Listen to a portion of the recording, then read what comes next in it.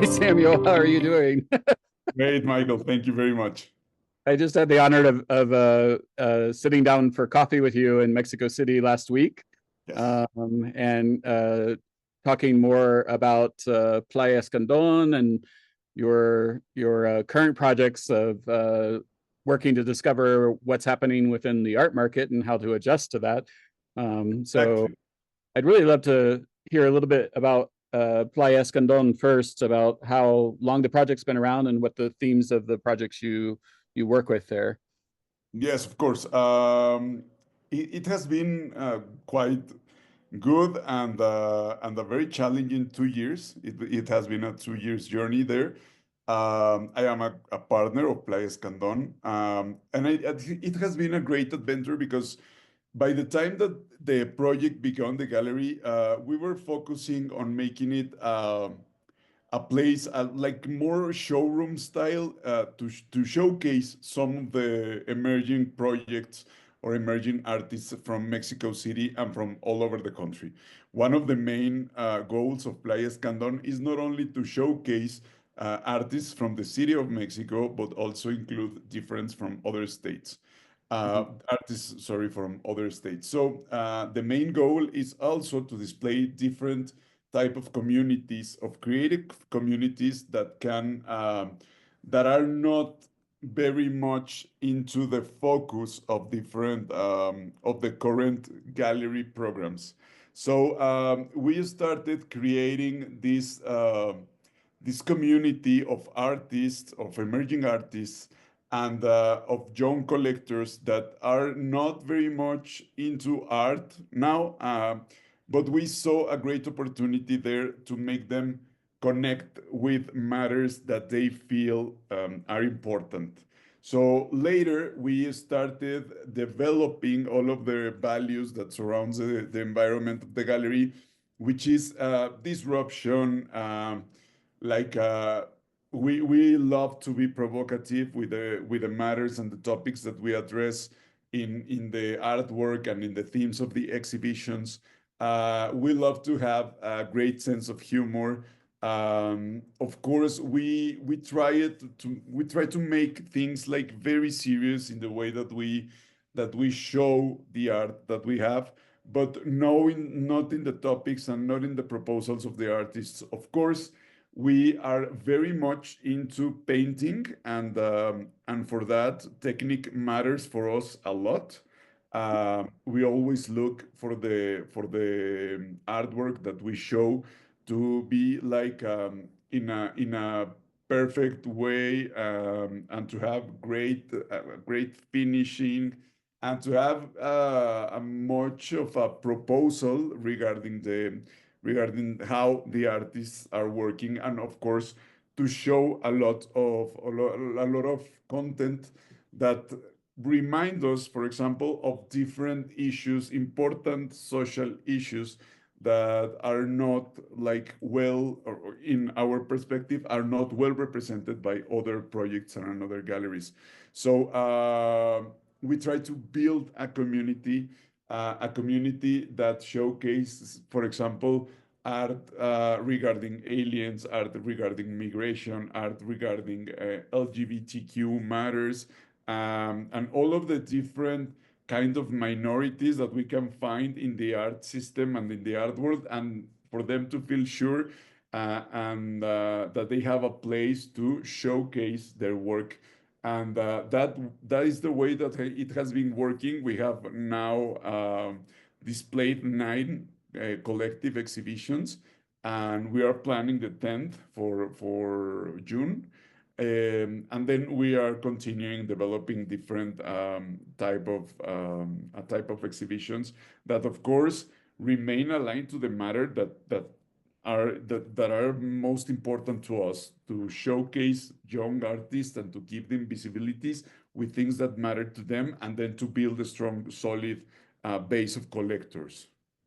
And I mean, your professional experiences in marketing and working with luxury brands. So this is a big departure from that. And how did that happen? Yeah, yeah, it happened.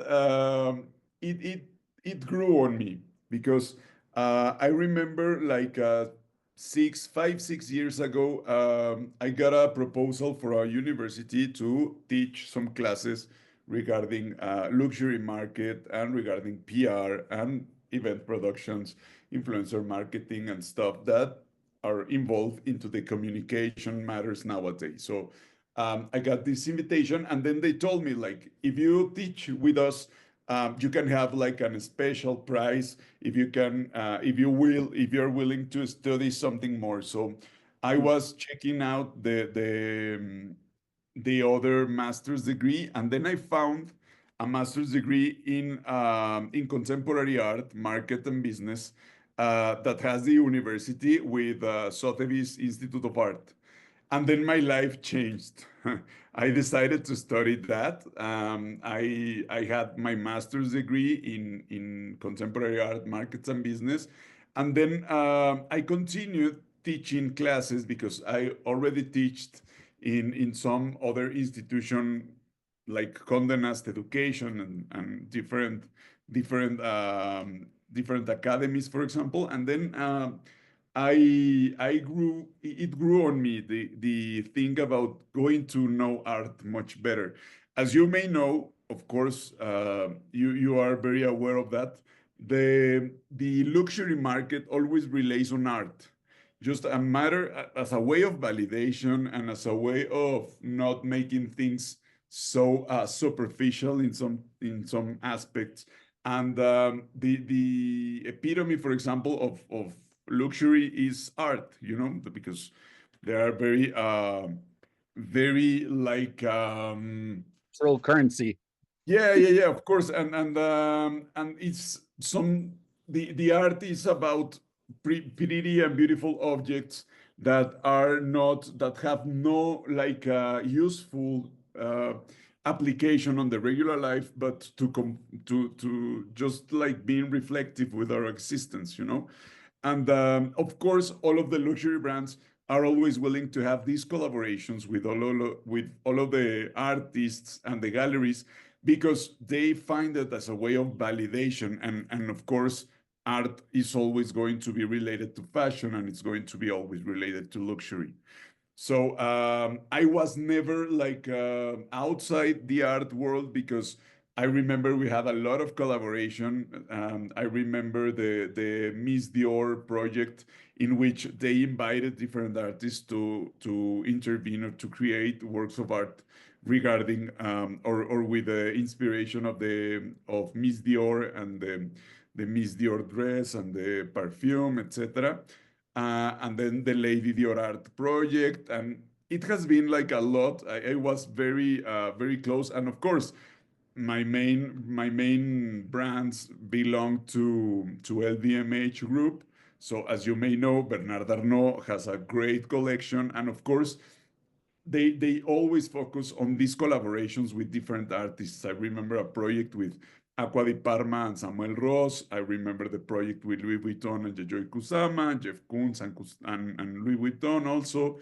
And then for example, Joanna Vasconcelos participated in the Lady Dior project, and we had a Mexican. We had Eduardo Terrazas participating in that.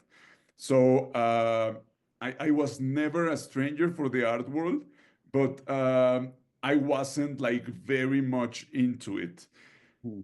And uh, and now it has been given to me the opportunity of make all of the things that I did for that kind of luxury market, to do it for my artists and to do it for the market per se, and to help my students reach out to that by promoting themselves, by promoting their work, by promoting their only styles. And I always make sure to make them know that it is very important for them to find their voices, and to focus on things that make them different to the other ones.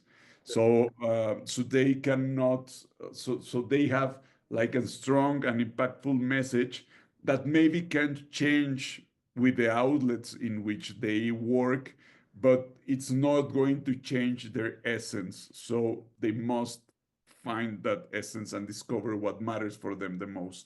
So I think in that way, my call as a professor and my call as a gallerist and my call as an analyst of the art market, it's well aligned in all of the parts. So I'm just working in different sides. And of course, with the magazines that I write for, it has been like another side of divulgation and promotion. Right. Yeah, and I think that diversity is really required for survival in this Yes. market as well. And that was one of the topics that we had discussed when we met for coffee, was this idea that not only has the market always been complicated, but the perception from even the gallery side, but certainly from the artist perspective, is that the emphasis in the art market is on the blue chip market, on, you know, that's where everything is, and therefore there's nothing left Yes. for that. And that's not necessarily the reality of the actual art market. So I mean, Yeah. let's talk about the art market. Let's talk about what's actually happening right now, because Exactly. all Yeah, this. because that's it. That's the things that happened on the news, and that's the thing that make it to the headlines. And but it's only about the 1% of the whole art market in the world. So it is, of course, there are some very interesting numbers regarding that. We can remember, of course, the comedian by Mauricio Catelan with the banana. And of course, we can see a lot of installations and performances, and of course, paintings. And by the time that they discovered this artwork allegedly belonged to Leonardo da Vinci, for example, Salvator Mundi. Um, of course, that is a very potential information for the news to develop, of course, because people love to gossip, but it does not represent the reality of the art world, neither the art market. That, for example, only happens on the auction houses. And here in Mexico, for starters, we have a couple of auction houses, but the main market of the auction houses are in China, are in the US, are in the UK, and some places in Europe. We do not participate very much in the secondary art market here in Mexico. So the whole things and the whole reality change for us regarding just about that concept. And I've often reflected to the artists that I work with that Mexico City, despite its dynamic culture and its presence in the world stage, especially it's become quite trendy in the last 5 years as well, with the remote workers moving here and everything. But it's an emerging market. Yeah. Even with those auction houses here, the attention isn't interior to Mexico. Yes. That's exterior. So when we have something like Art Week, where you have Zona Maco, Materiales, Salon Acme, and all these other fairs that have sort of emerged out of the out of nowhere as the market has changed, it doesn't necessarily reflect the reality of the market the other 345 days of the year. That, Exactly. that it's a complicated market, as it is in many places. um, Yes. Yeah, and we have a lot to do regarding not only the collecting part. We have, of course, we have a strong and solid base of collectors, but in one spot, maybe, right? To the well-positioned galleries, we have a lot of great examples here in Mexico of galleries that represent us in the international overseas art fairs, and we, of course, are well represented there, right? We have great artists, great Mexican artists making into the headlines of the museums and going and having some exhibitions. And that's amazing. Ana Segovia, Barbara Sanchez Kane, of course, Gabriel Orozco. And we have a lot of great artists that are representing us on the world. But here in Mexico, the reality is quite different from that, because the the the main core of the galleries are not that. Those kind of galleries are 15 galleries right. tops, like tops. And 15 galleries are, for example, located in La Escandón and in La Santa Maria la Ribera and in La Colonia San Rafael. There are a lot of different galleries that are actually like showcasing and displaying young artists uh, with a very specific and refreshing proposal, you know, and with quite much different prices ranges. So I think that it's part of our job to develop this new collector's mindset and to start questioning ourselves, why do we collect? Why does people collect? I think that it's a very important and relevant question if we would like to change the way we are collecting. People thinks that they can collect based on their stories that their grandparents told them, like, you know what, I have some drawings by Siqueiros and then I sold them and I had a great revenue. But now the market do not work that way, you know? Right. And we must change the culture around collecting, I think, and of course we must change that from the perspective of the artists and the gallerists, you know. Yes, because we cling to this modernist ideal of, wearing a beret and painting while drinking our Chianti and screaming at the canvas. But, these But those qualities don't necessarily, I mean, they no, may exist for some people, but I mean, and the reality is a lot of, especially within the emerging and mid-market artist, is that art is not the only thing that that person is doing to exactly. support themselves, because it's nearly impossible as an emerging artist to find that market and develop that technique and reach out and connect and all these other elements on top of the challenges of life and Yes. in general. So I think that's why a lot of artists don't persist. One of my professors at the School of the Art Institute of Chicago reached out recently and said, "You're the only person from your entire cohort of people who's still making art." And Wow.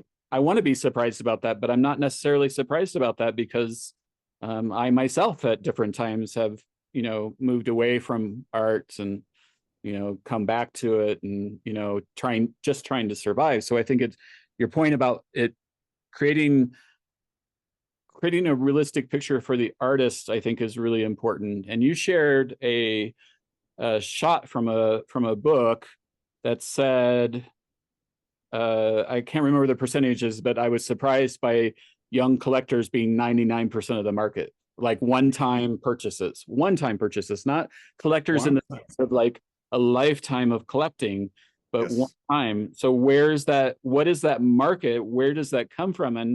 And who are these people? Yes. I So remember, I'd like to contact them.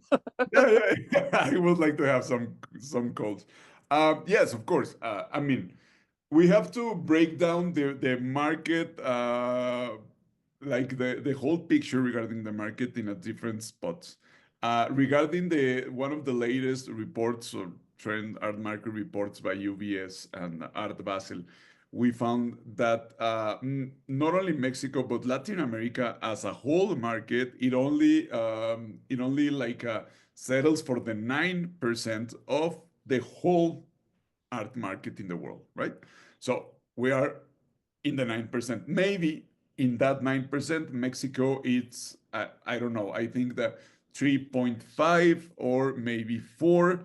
And the other part, it's of course Colombia and Argentina and Brazil. And I think that it's the way it is settled, right?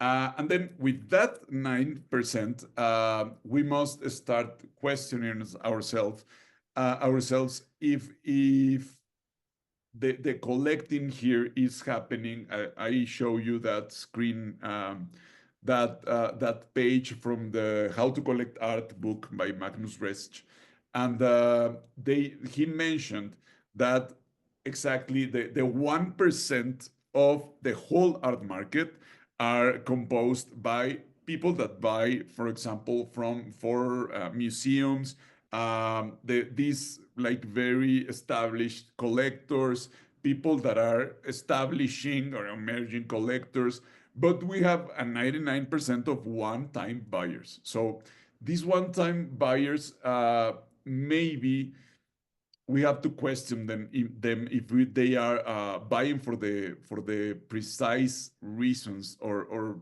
by valid reasons. I think one of the main motivations of the art buying, it's of course very obvious, that is decoration of our home.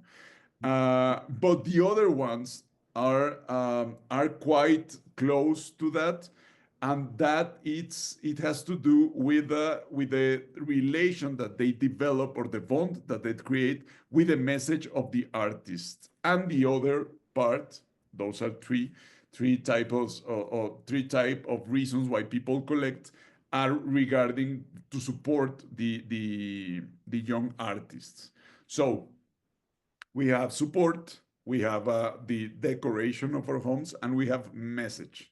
So it is a hopeful way to see that, to see the art market regarding that same survey of the art market report, to find out that the one of the main sectors of the art market that is growing are the low prices artwork.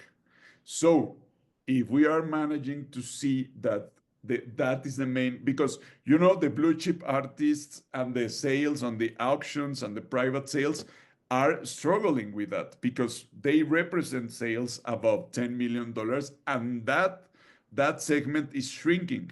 But the one that is growing, it's the lower price point of the artwork. So that way there's hope, and That maybe we can turn some of the 99% that it is out, or that is only buying one thing to give, or one artwork to hang on their walls, but maybe they can buy more, and maybe they can buy and they can create their voices, and maybe they can develop like a rationale regarding their collection, and then they can decide, for example, if they love photographs, or if they love like prints. Or there are different ways, but we must like go out there and show the people what can they buy and from which prices they can both buy that, because they always think that art are super expensive, and right. the reality is that it's not. Right. And so when a piece of artwork is super expensive, it requires an emotional connection that Of is course. really hard to make within a very short period of time in a crowded gallery space, and da da da da, and the events of life and everything going on around. So it's very hard to like pinpoint focus that moment where that happens. I often say sometimes too, especially with emerging artists, it's not just about their story, it's about their ability to tell the story, to deliver the story through the artwork, but also in front of the person, but to connect with people, because as soon as it sort of removes that veil that is put in front of the art market by the blue chip market, which thinks of it as an investment, as a vanity piece or something like that. And in this way, there's the ability to connect better. Now, we also discuss like scale of work and like sort of a limit for prices. What's your thinking behind that? Yes. Well, I think that regarding the topic of people collecting for the right reasons, I think that it's very important for people to connect with the topics that matter the most for them. For this kind of human expression and sensibility, to find or to educate their glance, or to educate how they are looking to art and life itself. I think that that's the main point before before going collecting, I think that people must go and see what is happening in the galleries, what is happening in the art fairs, what is happening out there with the artist studios. If they would like to start buying art, they must do it like seriously by taking their time to research and to know that if they would like to invest in something, if they want a quick revenue, art is not the option because art is not going to give you no gains. For example, in a couple of years, maybe if you only, that's a strike of luck. Maybe if you buy something and then your artists go like super well known, and then they can manage to be in different shows, but those stories are very limited, and the ones that make that are the ones that go to the mainstream media, and the ones that we always know and thinks that it's going to be and we think that it's going to be every time the same thing for the same artists, and it's not going to happen. Not all of the artists are going to have the luck of being someone like Oscar Murillo, for example, that hit fame like at a very young age, you know. And if they, I was yesterday in a conversatory with Boris Irmas, which is a very well-known collector here in Mexico, and he said like if you would like to see art as an investment, you better go to the stock market. You Mhm. know, it's not going to happen that way. Um, those pieces that can grow uh, like with the rocket, with a rocket shot, are not going to be found here in Mexico, for example, and are not sometimes even are going to be sold. Even if we have the money, maybe we'll never have access to that. You know, Right. maybe only by auction houses. But that type of artwork, I think that that type of artwork should be like out of our minds. That type of artwork should be like only for us when we go to the MoMA and when we go to the different exhibitions around the world. But we must see that as precious objects in which we have nothing to do with. Mhm. And maybe by the other way, um, focus ourselves in the way that we can create a settle of a collection that can grow with us. And maybe, yes, of course, if we have a good eye and maybe if we see and see and see a lot before buying, maybe we can, of course, take chances on artists that are going to grow, of course, because Mexico is in fashion and we are always like being like we have always been as a country like this cultural hotspot. So Right. And I mean it's for good reason as well. I think from the artist's perspective, like twisting that sort of the ideal of the collector and what the collector should be doing to educate themselves and find what they're looking for. From the artist's perspective, what you're saying really validates the ideal that they find their individual voice, uh, exactly. and that they focus on that voice and develop that voice along with their technique and their message so that it's available when people are looking for it in a meaningful way.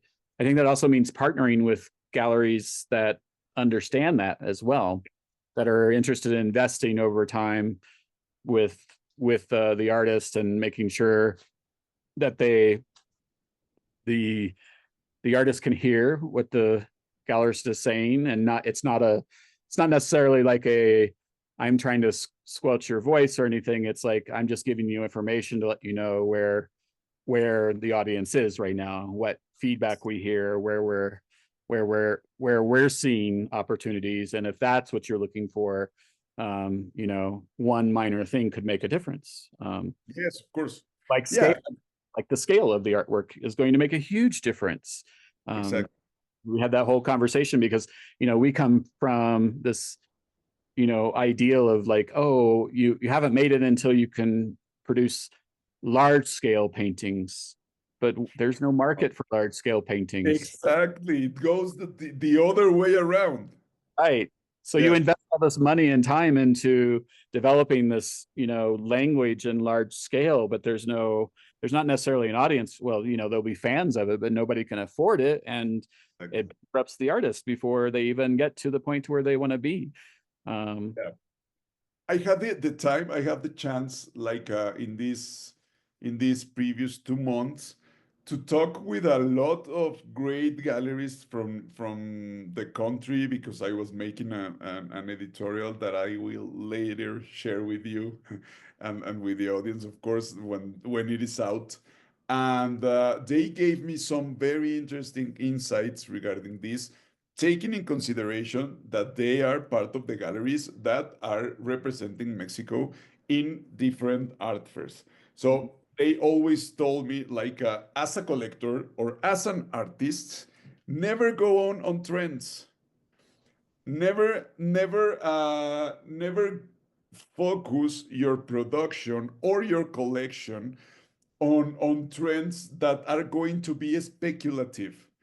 Maybe you are going as an artist to go on trends and then create some mall gallery type of art that is definitely going to lose its value by the time that they go outside the doors of the gallery, because those are not done by their heart of the artist. They are made with a main goal of selling and to be just decorative objects. right. So I think that as a collector and as an artist, we must never go on trends. We must follow our heart, follow our voices. Remember that all of the stories are pendular and are we are always in this same cycle.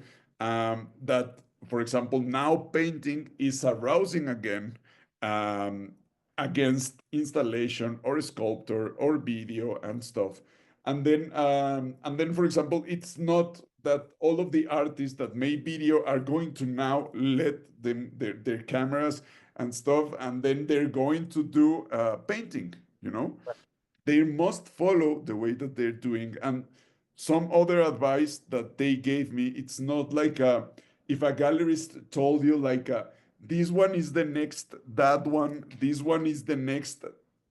Do not believe that, because no one is going to be the next no one. No one is discovering the next Basquiat. No one is, no, because Basquiat, there was only one, right? Right. It's So artificial intelligence writing your marketing copy.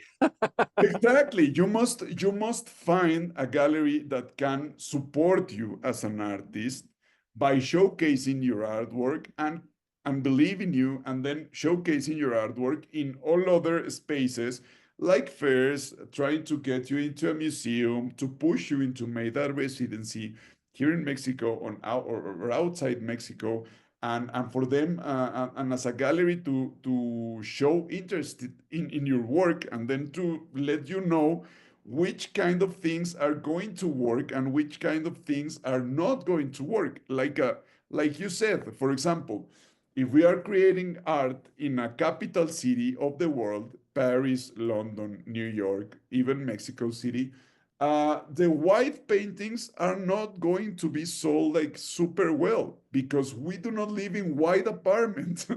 We do not have this whole like space to fulfill with different type of art. That it's quite different, for example, with the galleries and artwork that can be sold in different cities inside the country, or maybe it's not going to be the same things that you're going to find in a gallery in New York that you're going to find in a gallery in Texas, for example. Right. Yeah, and the ideal of where to invest your time as an artist, primer the primero first is to see where your soul is, where your love of producing the art is, because shifting from that is going to become painful, and you'll never be able to keep up with trends or adjust to what's happening in the market, consistency is super important. Developing within your own restraints, your own language is super important. Yes. Then limiting the scale of things. And I often find myself saying, well, just think about, photographing a painting and offering a high quality giclée print next to it, because there's that young collector who's going to be so enraptured by your work, and that's what they're going to be able to afford. It doesn't cheapen the unique piece of work. It actually expands your market, and it creates a fan that eventually maybe a commission or other thing will emerge from. Uh, Yes. so Yeah. it's and these are not the things that artists like to hear necessarily. They would like the clear path, and they want a direction that is concrete and actionable and task oriented or something. But the reality is that you focus in on your love and your passion and what drives you within that work, and everything else will develop around it over time. But sustainability over time is super important. Yes, and for them to believe that they have a unique path in Right. life, and a unique path in creating art, and that it only depends on themselves, or it only depends on the people that are going to believe in them, that are going to feel connected with their artwork. That is where the whole market for them it are going to relay, like solely. Those are if they would like, for example, to create graphic work for people to get it more in a more accessible way. Yes, of course, that's a great advice that they can have, but in which time should they stop like making art in like making this graphic work? Like you don't want to overrun the market with all of this graphic work. They must have the insight from a gallery, or even a friend just telling that for example, do not print editions of 300 copies that are not going to be like valuable, or are not you are not going to make them um, like a profitable thing, because the collector that is more educated are not going to like receive a great deal of excitement with having a print that's reproduced like 300 times. And if you would like to sell that in a very high price, it's not going to happen. Yeah. And I mean, I think those are relatively easy mistakes to make. It's very, you get excited, you get caught up in the moment, you push, the purchase button, and then suddenly you're sitting there with 300, images, and wondering what you're going to do to pay that Yeah. credit down now, or you know yeah, I mean, limited editions are add more value to everything, the unique works as well as the prints themselves. So but yeah, it's a slippery slope. I mean, you know, Yes. Yes. and it's hard when you're caught up in your passion to think down the road, and to think about how you're investing your time and your limited budget into your work, and finding ways to sustain yourself over that long period of time that it's going to take to build your audience. Yes. So Exactly. Yes. And those are, of course, very valid ways of producing a lot more that doesn't require a lot of time, like in a creation of a new and original piece. Um, that way is super valid, but we must know, like in all of the things in life, we must know how to make balance out of it, like how to make this equilibrium with a part of, okay, I'm going to produce like 10 editions, or 12, or 20 maybe. Those have to be signed, those has to be numbered, and it's only the way that things are working nowadays, in which we must like deliver a lot of focus and stay on detail and stay at the top of our game if we would like to develop a market, and they would like to make like this fan base that maybe can let us grow in all other different perspectives and cycles between regarding or within the art market. Right, because it does change significantly. Exactly. It doesn't take very much for it to change. No, Um, if the price of an egg in the United States is $2 an egg, that's going to affect people's ability to purchase, of and course. and make them question the value of it. So adding that value is the gallery's work, but the artist's work as well.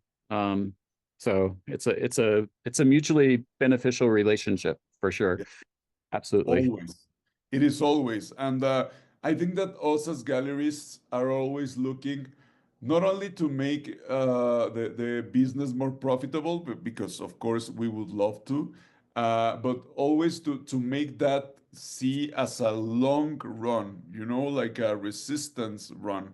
Not only it's how about getting them faster there, but it is how about consistency. It is developed like from years, and then that can come with an increase on the prices, and with a lot of exhibitions, and with a lot of publications and exchanges, for example, with other galleries and with other projects. And then that is the way the art market and the career of an artist are going to be developed. Right. And that's the only way, if you can like stay or would like to stay on the market and focused, and of course, as you say, with consistency. Right. Yeah. Well, I mean, I think it's it's uh it's validating for me to hear that from your perspective as well, because I say it often, and I'm not a professor of marketing, or I just respond to what's happening around me. My project started 6 years ago out of my studio, and the desire to connect with other artists, and and gain a better understanding through those connections about how I was going to find my way through that as well. So I understand the desire of artists, and I always challenge my artists to, I want you to hear what I'm saying, and this is personal. It's not, it's not a comment about the artwork. You know, Yes. the reality of it is that, you know, there are people out there who do want to help you. Balanced with the people who are out there looking to take advantage of things. There's certainly, I mean, Mexico City. I mean, I've had a torrid relationship with Mexico City for over 20 years, and the market in Mexico City, the culture in Mexico City has changed so significantly, and there are a lot of people moving into Mexico City, um, with these sort of vanity projects that are, not necessarily the way an artist is going to make a name for themselves. It's like exposure is great, but sales sustain you, and developing relationships will sustain you. A lot of these vanity places, they come and they go. I mean, you know, Exactly. move on to other areas. Uh, they move to Tulum and open a hotel. Yes. Or Yeah, of course. And if you have the resources, you can open the hotel and then decorate the hotel with all of the artwork that you have, and that's right, amazing. But if you are willing to make a living out of this, I think that we must. I think that why we are agreeing in so many points is because we have been out there, and we have been looking a lot, and we have seen a lot of different realities, not only in Mexico, but in the US, but in Europe, and in all over the world. And we have read a lot regarding that. And maybe that way we are like channeling our experience in the developing of ideas that can help the artists, the, right, the emerging artists, the well-positioned artists, to give them other types of perspectives, you know, and I think that way people it's going to like get something out of this, you know, and they must or they I should that I know that they should appreciate for having the advice of coming of a place of honesty, you know. Sure, absolutely. I think the last thing I want to bring up is that you're also part of the Clavo Movimiento team, Yes. which uh, well, annual art fair that happens during Art Week, and my project has participated in it twice, and have participated in Zona Mako before, and uh, just totally different kinds of experiences, Of course. radically different. But the thing that I appreciate and hear in your voice with Playa Escandon and in what we're talking about here is that when I go to that art fair, when I'm in that art fair, I'm in the soul of what's happening in Mexico City. I'm not having a commercial experience of artwork that I could have in LA, New York, or any other major city.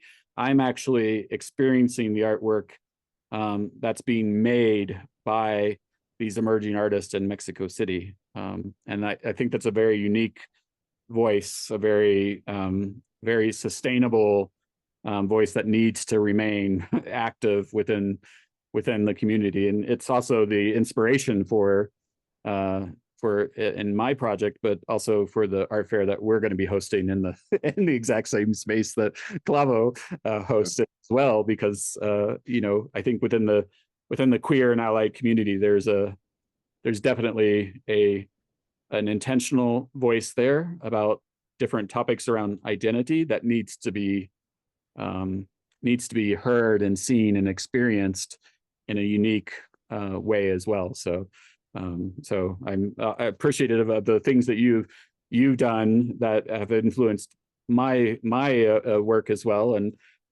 excited to continue alongside and collaborating with you and other things too. So Of course, I'll be happy to, Michael. Yes, we had a great experiences. We also started in Clavo 2 years ago, and it has been quite a ride to go and to be there and to feel the energy. And I think that's the main thing of the art fairs, because you know when we have a big art fair like Sonamaco, the all of the satellites, other fairs that are going to be produced around that are what enriches the art market the most, I think, because you know, in Art Mako, for example, in Sonamaco, sorry, we find a lot of incredible artwork by very talented artists, but maybe for a lot of us is not affordable. But then right. we can go to Clavo, and then we can go to the other different art fairs, including Material, for example, or going to Territorio and to Siempre Sí and stuff. And then you can see artwork that you can actually buy and that you can actually relate. Because it has been done like very near of you, and it's part of your generation, or even comes from younger generations of artists, and you know that buying from them are going to support them and are going to be a part of like a catalyst from their careers. So I think that is what it has to be like a word that matter with going and to showcase there, and of course ferias or fairs like Clavo are actually going to showcase what is actually happening in the art scene in the cities. Well, let's continue working to make sure we can sustain all those projects and bring the new Well, voices as well. So thank exactly. you for your time today. I really appreciate it. Thank you very much, Michael. We'll be happy to continue collaborating and remain attentive and at your disposal. Thank you. Thank you.